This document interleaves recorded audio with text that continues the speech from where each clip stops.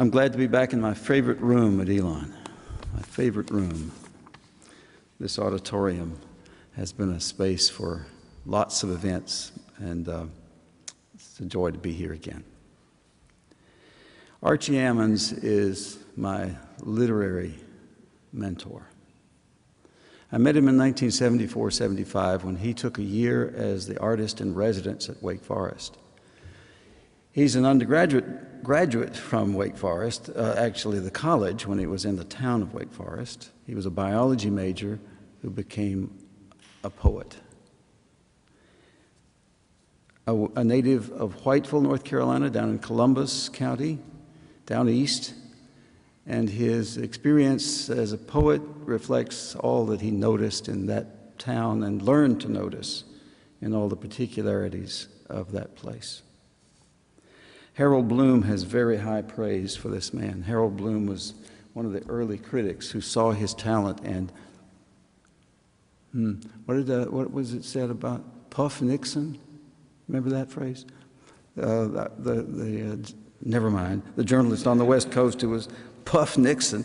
Anyway, Bloom was the one who puffed Ammons, brought his name forward, lifted him up, and said of him, and about his first book, this little book holds in it the mystery of his gradual development into a major American poet who will be read by the most discerning until the last syllable of recorded time. That's high praise.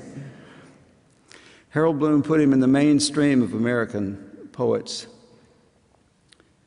Emerson, Whitman, Robert Frost, Wallace Stevens, A.R. Ammons.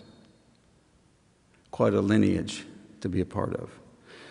I had the good fortune of meeting him in 1974-75 when he was poet in residence at Wake Forest. My friend Judy had signed up for his course, his poetry workshop. So I went along with Judy. I wasn't registered. He read the roll, and folks answered. And then he looked at me and said, "And who are you?" And I said, "I'm Richard McBride. I'm an interloper." He said, "Come on in and interlope with us for a while." So that was, the registrar probably wasn't satisfied, but I got to sit in the poetry workshop for the entire year. The Archie that I knew in the last 25 years of his life retained the simplicity of his life that he learned in Whiteville. His hands were like Earl Daniels'. You want to know Archie's hands? Shake Earl's. He was a farm boy, stood behind Nellie Myers, his mule, and plowed fields. The poem that I will not read for you this morning, but of which I hope you will make certain to read, is called Easter Morning. It's about the death of his brother and an experience that he has on an Easter morning that reminds him of that death. In the spring of that year, 75, he hosted a workshop for poets up at the Reynolds home place in Kreitz, Virginia, and invited me to come up and do a meditation on Sunday morning, which was a joy to do and a frightful thing at the same time. In an interview with William Walsh, Archie says poems are not meant to be discussed. Here's the question. Do you think poetry is threatened by becoming an academic subject? To the extent that, Archie answers, to the extent that it's a mere object of study, yes, I worry about that, because it means that the action of the poem in the mind, the action of the body of the poem itself is going to be paraphrased into discursiveness. Something is going to be said about it that will be different from the original action. And while I don't know how classes could be conducted any other way, that is not why poems are written. They are not written in order to be studied or discussed, but to be encountered. So let's encounter some. From his first book was self-published. Okay, now this is an edition that came after his death, because the self-published edition went really ran out way early and it wasn't available for a long time. But here's a sample of his early writing.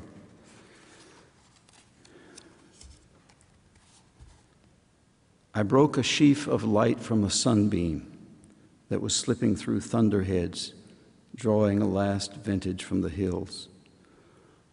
"Oh, golden sheaf," I said, and throwing it on my shoulder, brought it home to the corner. "Oh, very pretty light," I said, and went out to my chores. The cow lowed from the pasture, and I answered, "Yes, I am late, already the evening star."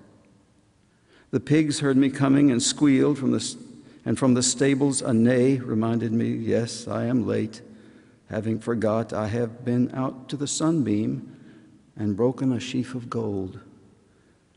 Returning to my corner, I sat by the fire with the sheaf of light that shone through the night and was hardly gone when morning came.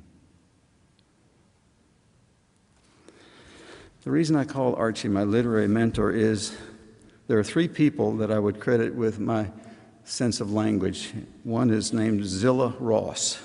What a wonderful name. My high school English teacher. Forensics coach.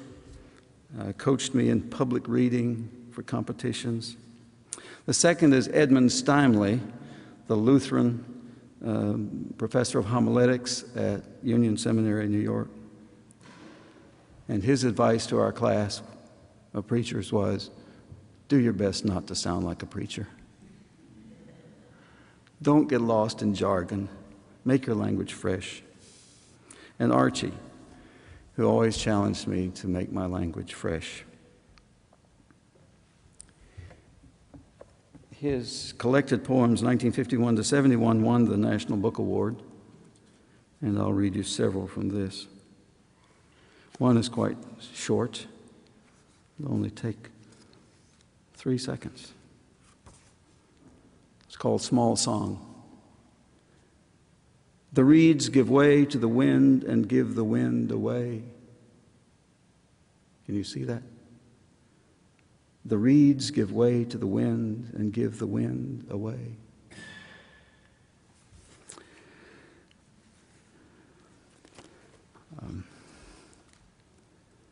He's a man, I said, who maintained his groundedness, I'll call it, his entire life. This is called Kind. I can't understand it, said the giant redwood. I have attained height and distant view, am easy with time, and yet you search the wood's edge for weeds that find half-dark room in margins of stone and are, as everybody knows, here and gone in the season. Oh, redwood, I said, in this matter, I may not be able to argue from reason, but preference sends me stooping, seeking the least, as finished as you, and with a flower.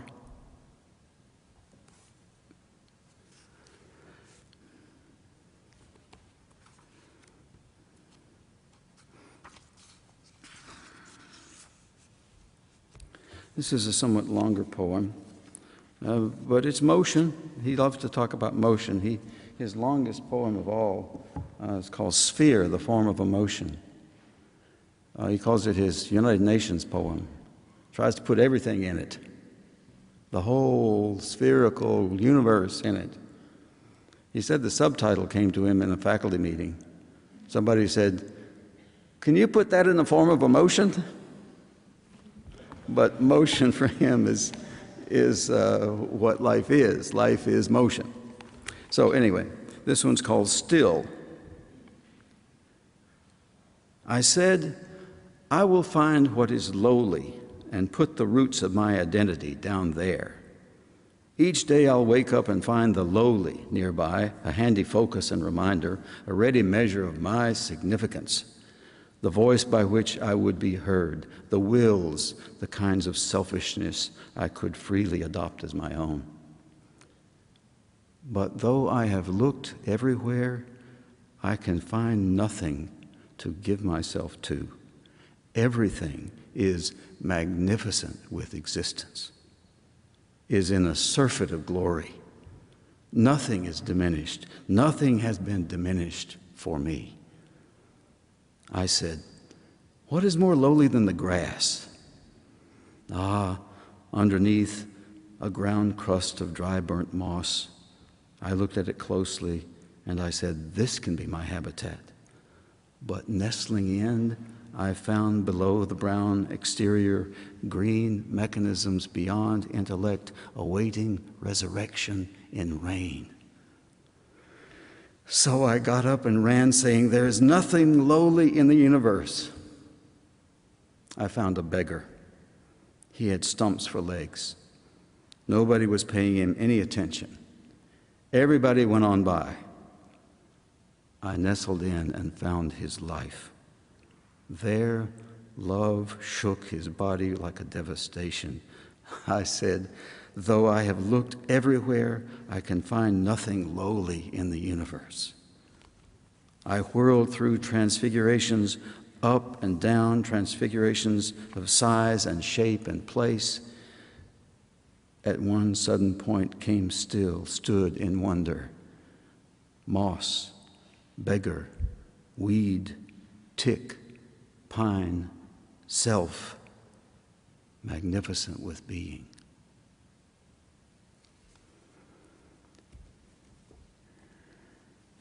As I say, Archie was brought to the world's attention by Harold Bloom, so he dedicated this long poem, Sphere, to Harold Bloom. And he has a dedicatory poem at the very beginning, which I think reflects what it's like to, oh my discursive speech, look out. I think it reflects what's meant by being a poet who just writes poetry and then suddenly being a poet who's known. I went to the summit and stood in the high nakedness. The wind tore about this way and that in confusion, and its speech could not get through to me, nor could I address it. Still I said, as if to the alien in myself, I do not speak to the wind now. For having been brought this far by nature, I have been brought out of nature, and nothing here shows me the image of myself. For the word tree, I have been shown a tree. For the word rock, I have been shown a rock. For stream, for cloud, for star, this place has provided firm implication and answering. But where here is the image for longing? So I touched the rocks, their interesting crusts. I flaked the bark of stunt fir. I looked into space and into the sun, and nothing answered my word, longing.